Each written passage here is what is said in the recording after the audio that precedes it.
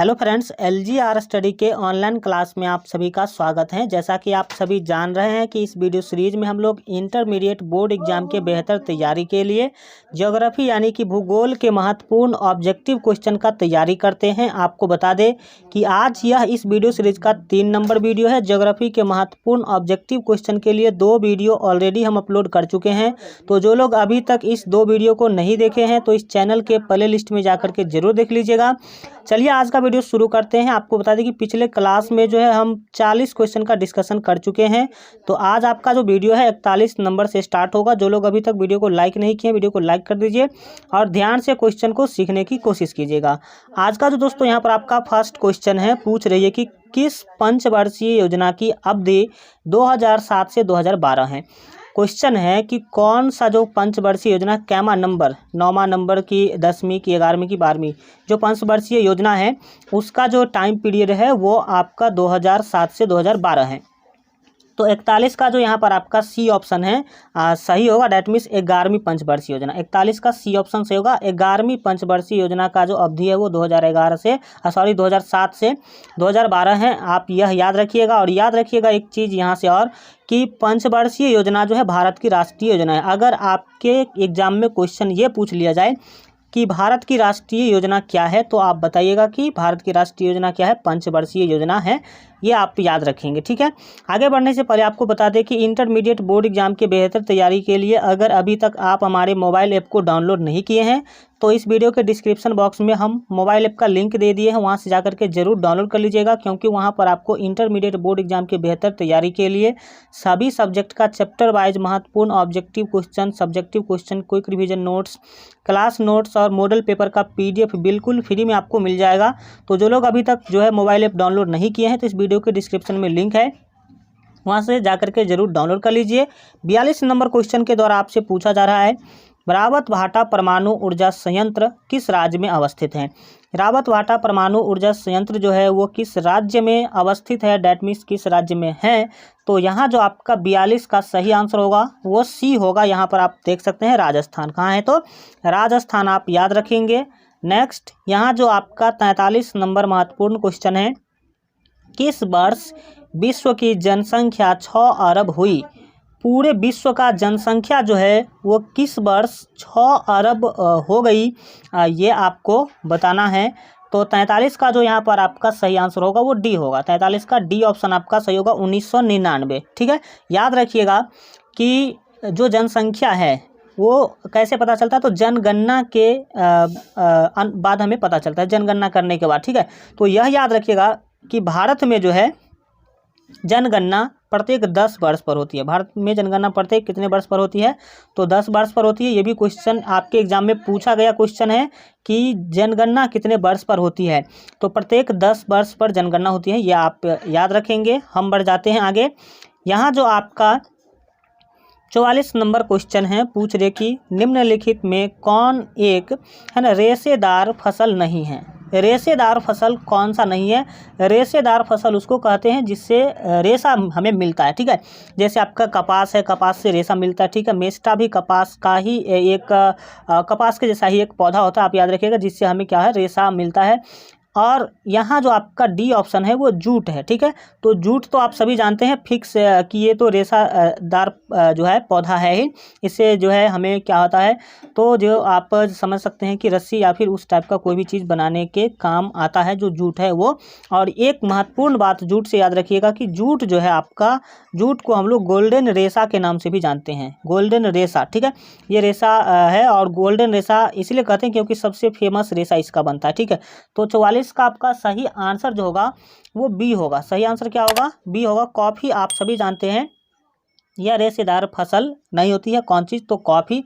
Coffee आप सभी जानते होंगे एज ए चाय जो है आप जानते हैं, तो कॉफ़ी भी जानते होंगे, ठीक है। यहाँ पर आपका जो 45 नंबर क्वेश्चन है, निम्न में से कौन एक उत्तर पूर्वी भारत का दक्षिणतम राज्य है। उत्तर पूर्वी भारत का दक्षिणतम मतलब सबसे दक्षिण में जो स्थित राज्य हैं वो कौन है। तो 45 का सही जो आंसर होगा यहाँ पर आपका सी होगा। डैट मीन्स आप देख सकते हैं कि मणिपुर, ठीक है। और यहाँ आप याद रखिएगा मणिपुर का जो राजधानी है वो, मणिपुर का राजधानी इम्फाल है, यह आप याद रखेंगे। देखिए राज्य राजधानी तो आपको सभी याद होना चाहिए। क्योंकि एक क्वेश्चन यहाँ से आपके एग्जाम में आता ही आता है। ठीक है, नेक्स्ट हम बढ़ जाते हैं 46 नंबर क्वेश्चन को देखते हैं। क्वेश्चन के द्वारा पूछा है कालाहारी मरुस्थल में कौन से जनजाति निवास करती हैं। कालाहारी मरुस्थल जो है उसमें कौन सा जनजाति पाई जाती है, कौन से जनजाति निवास करती है। तो 46 का यहाँ पर जो आपका ए ऑप्शन है, 46 का ए ऑप्शन से होगा बुशमैन। आप याद रखिएगा, बुशमैन नाम की जनजाति जो है वो कालाहारी मरुस्थल में होती है, पाई जाती है। और यहाँ से जब मरुस्थल हम लोग पढ़ ही रहे हैं तो यहाँ पर आपको यह पता हो जाना चाहिए कि मरुस्थल है क्या। तो मरुस्थल तो आप सभी जानते हैं कि जो भी बलुई वाला क्षेत्र है, बालू वाला क्षेत्र, उसको मरुस्थल कहते हैं। और यह एक ज़रूरी बात है, आपको याद रखना चाहिए कि भारत का जो सबसे बड़ा मरुस्थल है वह है थार मरुस्थल। कौन सा मरुस्थल? तो थार मरुस्थल आप याद रखेंगे। और थार मरुस्थल कहाँ है? तो आप ये याद रखेंगे कि राजस्थान में है। और राजस्थान का जो पूरा जितना भी मरुस्थल वाला भाग है उसको हम थार मरुस्थल के नाम से जानते हैं। अगर यह आपसे पूछ लिया जाए कि विश्व का सबसे बड़ा मरुस्थल कौन है, तो विश्व का सबसे बड़ा मरुस्थल है सहारा। ठीक है, सहारा आप याद रखेंगे। और भारत का सबसे बड़ा मरुस्थल कौन है? तो थार मरुस्थल है। इस तरह से आप लोग याद रखेंगे। 47 नंबर क्वेश्चन के द्वारा पूछा जा रहा है कि नव निश्चयवाद के प्रवर्तक कौन है। तो 47 का यहाँ पर जो आपका सही आंसर होगा वो ए होगा। डैट मीन्स आप देख सकते हैं टेलर। ठीक है, टेलर जो है नव निश्चयवाद के प्रवर्तक हैं, ये आप याद रखेंगे। नेक्स्ट जो आपका 48 नंबर क्वेश्चन है, क्वेश्चन के द्वारा पूछा जा रहा है कि मेगानगर की जनसंख्या कितनी है। मेगानगर की जो जनसंख्या होती है वो कितना होता है, यह आपको बताना है। तो 48 का बी ऑप्शन से होगा 50 लाख से अधिक। 50 लाख से अधिक जो है मेगानगर की जनसंख्या होती है। और मेगानगर जो है शब्द हम जो नगर का एक डिवीज़न होता है और इसमें जनसंख्या के आधार पर जो है इसे हम बनाते हैं। तो 50 लाख से अधिक जिस भी नगर का जनसंख्या होगा उसे हम क्या बोलेंगे? मेगा नगर के नाम से क्या करते हैं, जानते हैं। ये आप याद रखेंगे। अगर बात किया जाए जनसंख्या के बारे में, अगर बात कर रहे हैं तो आपको ये भी पता होना चाहिए, भारत का जनसंख्या आपको ये पता होना चाहिए। ठीक है, तो याद रखिएगा 2011 के जनगणना के अनुसार, ठीक है, 2011 के जनगणना के अनुसार भारत का जो जनसंख्या है वो 125 करोड़। ठीक है, याद रखिए कितना? 125 करोड़ आप याद रखेंगे। और अभी तो आप जान ही सकते हैं कि कितना अधिक हो गया होगा। ये है 2011 के जनगणना के अनुसार, ये आप याद रख सकते हैं। ठीक है, पूछा जा सकता है क्योंकि अब जो क्वेश्चन आएगा वो 2011 से ही आएगा, जनसंख्या से रिलेटेड जो भी क्वेश्चन आएगा। ठीक है, यहाँ पर आपका 49 नंबर क्वेश्चन है। पूछा जा रहा है कि फरीदाबाद किस राज्य का एक शहर है। फरीदाबाद जो है किस राज्य का एक शहर है। तो देखिए उत्तर प्रदेश है, पंजाब है, राजस्थान है और लास्ट जो ऑप्शन है वो हरियाणा दिया गया। ठीक है, तो 49 का आपका सही आंसर हरियाणा ही होगा क्योंकि फरीदाबाद किस राज्य का शहर है, तो हरियाणा का शहर है, आप याद रखेंगे। नेक्स्ट जो आपका 50 नंबर क्वेश्चन है, 50 नंबर क्वेश्चन के द्वारा आपसे पूछा जा रहा है कि सरदार सरोवर परियोजना किस नदी पर है। सरदार सरोवर परियोजना किस नदी पर है?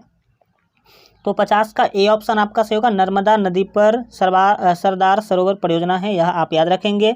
नेक्स्ट जो आपका 51 नंबर क्वेश्चन है, बाबूदान पहाड़ी है। बाबूदान की पहाड़ी कहाँ है ये आपको बताना है। तो 51 का जो यहाँ पर आपका सही आंसर होगा ए होगा, आप याद रखेंगे कर्नाटक में। ठीक है, कर्नाटक में है बाबूदान की पहाड़ी। और कर्नाटक का राजधानी कहाँ है, आप लोग कमेंट के माध्यम से ज़रूर बताएंगे कि कर्नाटक का राजधानी कहाँ है। ठीक है, कर्नाटक का राजधानी कमेंट में सभी लोग लिखेंगे। इसके बाद हम बढ़ जाते हैं आगे। जो आपका 52 नंबर क्वेश्चन है, पूछ रहे कि कौन सा शहर तमिलनाडु का मैनचेस्टर कहलाता है। तमिलनाडु का मैनचेस्टर हम किस शहर को कहते हैं। तो 52 का जो यहाँ पर आपका सही आंसर होगा, 52 का ए ऑप्शन आप याद रखेंगे, कोयम्बटूर। कोयम्बटूर जो है उसको हम तमिलनाडु का मैनचेस्टर भी बोलते हैं। ठीक है, आगे बढ़ जाते हैं। 53 नंबर क्वेश्चन के द्वारा आपसे पूछा जा रहा है कि एशियन कहाँ है। कहाँ आप याद रखिएगा, यहाँ पर कहाँ होना चाहिए, एशियन कहाँ है ये आपको बताना। ठीक है, तो एशियन किस देश के अंदर है, जापान में, रूस में, जर्मनी में, भारत में, कहाँ। तो 53 का जो यहाँ पर आपका सही आंसर होगा सी होगा। 53 का सी, डैट मीन्स जर्मनी में है। जो आपका एशियन है वो जगह है, तो किस कहाँ पर है, तो वो जर्मनी, आप याद रखेंगे जर्मनी में। ठीक है, नेक्स्ट जो आपका 54 नंबर क्वेश्चन है कि चावल को हम लोग धान भी कहते हैं, इसलिए हमने दोनों चीज़ें लिख दिया है कि आपके एग्जाम में कुछ भी आ जाए, धान आ जाए, चावल आ जाए। चावल की खेती संबंधित है, चावल की खेती पूछे या धान की खेती पूछे, आप सभी जानते हैं, सिंपल सी बातें हैं। ठीक है, तो चावल की खेती जो है संबंधित है, किससे संबंधित है। तो 54 का जो आपका ए ऑप्शन है से होगा रोपण कृषि से। रोपण कृषि से संबंधित है, क्यों?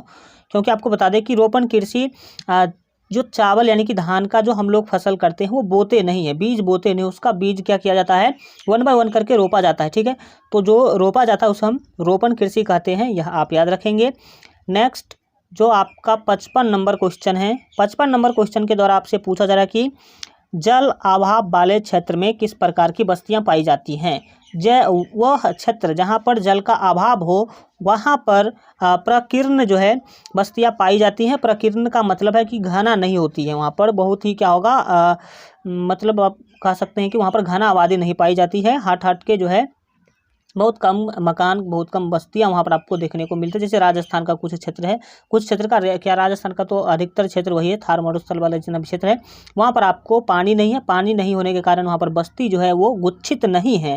गुच्छित मतलब एक गुच्छा में नहीं है, मतलब वहाँ पर प्रकीर्ण थे, मतलब बहुत ही कम, जिसका घनत्व कम हो। ठीक है, नेक्स्ट जो आपका 56 नंबर क्वेश्चन है कि खरीफ फसल की कृषि ऋतु क्या है। खरीफ फसल की कृषि ऋतु आपको बताना है, मतलब खरीफ फसल जो है उसको किस ऋतु में कब से कब तक उसका फसल चलता है, कब बोया जाता है, कब काटा जाता है। तो 56 का जो सही आंसर होगा वो यहाँ पर आपका डी होगा, जून से दिसंबर तक खरीफ फसल, जून में उसको लगाया जाता है और दिसंबर में उसको क्या किया जाता है, काटा जाता है, आप याद रखिएगा। और खरीफ फसल है क्या, खरीफ फसल जैसे आपका सबसे प्रमुख इसका उदाहरण है धान। ठीक है, धान की जो खेती होती है और धान के साथ साथ जितने भी फसल लगाए जाते हैं उस मौसम में, वो सभी के सभी खरीफ के उदाहरण हैं, याद रखिएगा। और इसमें पानी की ज़्यादा ज़रूरत पड़ती है। ठीक है, यहाँ जो आपका 57 नंबर क्वेश्चन है पूछ रही है कि है ना, बिस्कुट उद्योग किस प्रकार के उद्योग से संबंधित है। तो बिस्कुट उद्योग जो है उपभोक्ता उद्योग है। क्यों? क्योंकि उपभोक्ता उद्योग किसे कहते हैं, वैसा उद्योग जिसको जो जनता है डायरेक्ट खाने के यूज में करती है, खाने में यूज करती है, तो उसको उपभोक्ता उद्योग कहते हैं। तो यहाँ पर आपका बी ऑप्शन सही होगा। नेक्स्ट 58 नंबर क्वेश्चन के द्वारा पूछा जा रहा है कि बालाघाट है ना मैग्नीज क्षेत्र किस राज्य में स्थित है। बालाघाट मैग्नीज क्षेत्र जो है किस राज्य में है। तो 58 का जो सही आंसर होगा ए होगा, 58 का ए ऑप्शन से होगा। मध्य प्रदेश कहाँ है, तो मध्य प्रदेश आप याद रखेंगे। नेक्स्ट जो यहाँ पर आपका 59 नंबर क्वेश्चन है, पूछा जा रहा है कि मणिपाल सॉफ्टवेयर तकनीकी पार्क कहाँ है। मणिपाल सॉफ्टवेयर तकनीकी पार्क के बारे में आपको बताना है, तो ए ऑप्शन से होगा सिक्किम, आप याद रखिएगा। सिक्किम में है कौन चीज़, तो मणिपाल सॉफ्टवेयर तकनीकी पार्क है वहाँ पे। ठीक है, नेक्स्ट जो आपका 60 नंबर महत्वपूर्ण क्वेश्चन है, इस क्वेश्चन का आंसर आपको कमेंट बॉक्स में लिखना है। अगर आप भूगोल पढ़ते हैं तो ये सिंपल सा क्वेश्चन आपको पता भी होना चाहिए, काफ़ी सिंपल सी क्वेश्चन है और आप किसी भी स्थिति में आप इसका आंसर देंगे कमेंट में। क्वेश्चन है कि मानव भूगोल का जनक किसे कहा जाता है। ठीक है, मानव भूगोल का जनक किसे कहा जाता है, उनका नाम आप कमेंट में जरूर लिखेंगे। आज के लिए इतना ही रखते हैं। आज का वीडियो कैसा लगा कमेंट के माध्यम से ज़रूर बताइएगा। अगर वीडियो अच्छा लगा हो तो वीडियो को लाइक कर दीजिएगा, साथ ही अपने दोस्तों में शेयर कर दीजिएगा। और अगर अभी तक जो है आप इंटरमीडिएट बोर्ड एग्जाम के बेहतर तैयारी के लिए हमारे मोबाइल ऐप को डाउनलोड नहीं किए हैं तो इस वीडियो के डिस्क्रिप्शन बॉक्स में मोबाइल ऐप का लिंक है। डिस्क्रिप्शन बॉक्स कैसे खुलेगा, जो लोग डिस्क्रिप्शन बॉक्स खोलना नहीं जानते हैं वो आप यह समझे कि इस वीडियो के नीचे, ये जो वीडियो चल रहा है इसके जस्ट नीचे जो यहाँ पर आपको इसका नाम लिखा हुआ है, ये इस टाइप से ज्योग्राफी इंपॉर्टेंट क्वेश्चन या भी कुछ भी जो लिखा हुआ है उस पर जैसे ही क्लिक कीजिएगा इस वीडियो के नाम पर, तो नीचे आपको डिस्क्रिप्शन बॉक्स खुल जाएगा। उसमें जो है मोबाइल ऐप का लिंक है। 2 मोबाइल ऐप है आपके बेहतर तैयारी के लिए, तो उसको ज़रूर डाउनलोड कर लीजिएगा। काफ़ी वहाँ पर आपके एग्ज़ाम से रिलेटेड हेल्पफुल मटेरियल्स जो है मिल जाएगा। चलिए, जो लोग चैनल को सब्सक्राइब नहीं किए हैं तो सब्सक्राइब के लाल बटन को दबा करके चैनल को सब्सक्राइब कर लीजिएगा, बेल आइकन प्रेस करके ऑल पर सेलेक्ट कर लीजिएगा, ताकि जैसे अगला कोई वीडियो अपलोड करें हम तो उसका नोटिफिकेशन सबसे पहले आपको मिल सके। चलिए मिलते हैं अगले वीडियो में, तब तक अपना ख्याल रखिए और LGR स्टडी देखते रहिए।